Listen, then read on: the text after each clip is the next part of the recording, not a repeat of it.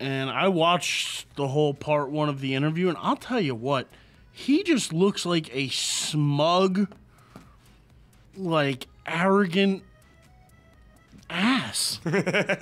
He really does. And, like, I'm trying to think of a better word to use, but do I believe what he was saying? I really do, because some of what he said, he admitted to ruining people's lives. He admitted to intimidating people. He admitted to doping using EPO, testosterone, blood transfusions. He admitted all of that. And he wasn't necessarily shying away from it. The only thing he shied away from, which I wanted to hear more of, was how he actually got away with it. Like how he was beating the system? How he was beating the system. Who was bringing him the things? How often, like... And he said during the interview that he had it timed out so that when he knew drug testing was coming, because he knew the times that he was going to get drug tested before races and whatnot. Oh, that's smart. That he would actually make sure that he did it long enough before that when it ran its cycle and was out of his system before the testing came through. Yeah, I give him credit on being organized. I mean, yeah, and I mean, like, there were reports that he actually confirmed that one was he was actually in a tent at a race in, like a little pop-up tent with fans and crowds around the tent, inside with fellow riders doping. Oh, my God. Inside the tent with people 10, 12 feet outside of the tent right there. They couldn't see what was going on, obviously, because he was inside, but...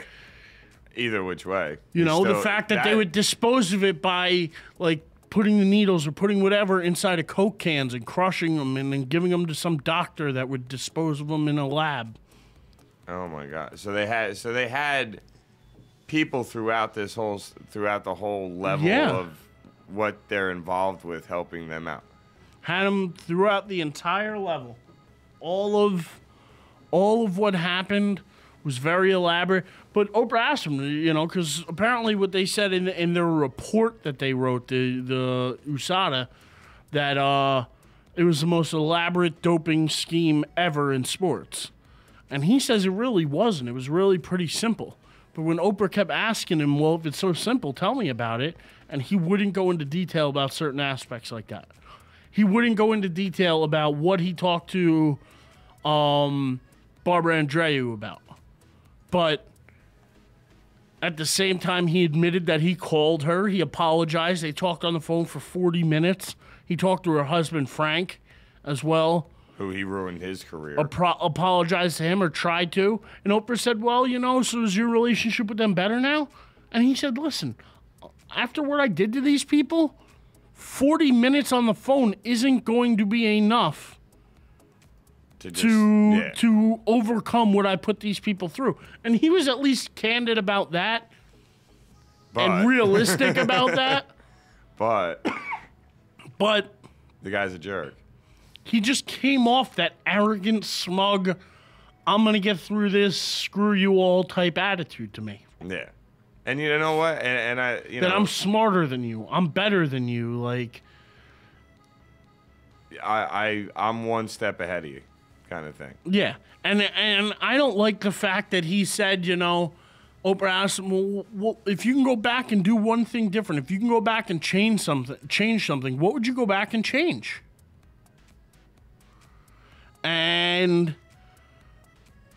he said, I would go back to 2005 when I sat in front of USADA and whatever and told my story and proclaimed my innocence. I would go back and I would ask them for 3 days so I can call my friends, my relatives, my family, you know, call the people that I hurt, call my sponsors, tell them all what I'm going to do, and then come here and tell them the truth. I don't believe for 1 second that's what he would have done. Because then later in the interview, he goes on to say, well, if I didn't try a comeback in 2009 and 2010, I wouldn't be sitting here right now. Yeah. because I wouldn't have gotten back into the mix and had to give them another reason to come at me again. Exactly. You know, it's so funny to me because, and he admits, actually, too, just one other thing before I let you go here. He actually admits to saying that I guess they do this bio-identification now, blood identification, where they keep a vial of your blood for like different parts of the year on file, and they test it and whatever this new way of testing is. He says that's what really is going to help clean up the sport, and he says it really does make a difference because you can't really change. They can monitor your results over a period of time. It's not literally just one test that they're testing. They literally test it against your blood as far back as a year ago or 2 years ago. Well, they got to get better with how they test their blood and catch these guys, because just like with any other sport that you're looking at, you're sort of trying to get the cleanest product on the field or on the field of competition, no matter what it may be. So, yeah, I do believe that they should find better ways to test these guys. But when it comes down to Armstrong, I think it comes back to the same simple bottom line of what you said when we first started talking. He just has this smug, arrogant attitude of, even though you guys caught me, I still feel like he feels like he's a step ahead. Still. You know what I mean? Where I feel like he still looks at this situation and says to himself, I still got these guys beat. I still got, what I need to do, and I'm still going to be able to do the things I want to do. And the funny thing is, he has to admit everything. He has to help the doping agency find other people and get if he ever wants to even be accepted back into, whatever the international group is that covers cycling. It's one of those things where you're just like, what are you going to do? Are you going to really man up and own up to everything you did? Or are you going to sort of just try to give them enough that they let you back in, but you're still going to keep some of your dirty little secrets? I believe what the Anonymous just said in the chat. It's hard to believe anybody anymore. Everybody seems to be lying and cheating and, finding an edge somehow. Yeah. She actually literally asked Lance, too, without the steroids, could you have won these 7 Tour de France's? And he didn't think he could. See, and that to me, that right there is your problem. I'm sorry. If you even know that you probably couldn't have won these things, do you know how, do you understand? But he says, the guys that didn't cheat, do you understand how hard they worked and they lost to you because you cheated? But that's the thing that he said, though, is he goes, I didn't have an advantage that wasn't available to everybody else. He goes, the advantage I had was available to everybody else. He goes, so I felt like I was on a level playing field. He also said that for a while, he justified using testosterone because of his testicular cancer. And he said, well, I lost, part of myself to that battle of cancer. So by taking this testosterone, he made it seem like he was just getting back what he had lost. Which wasn't necessarily the case, and it wasn't true, and he was actually gaining more from that than anything else. But to me, I want to see how the second part of this interview goes. He also said, too, that none of this would ever came to light, and it never, without Hencappy. Without this guy Hencappy, who's been with him since he was 16 years old, training with him and riding with him and being one of his best friends. Without his testifying, without his testimony, none of this would have ever been proven.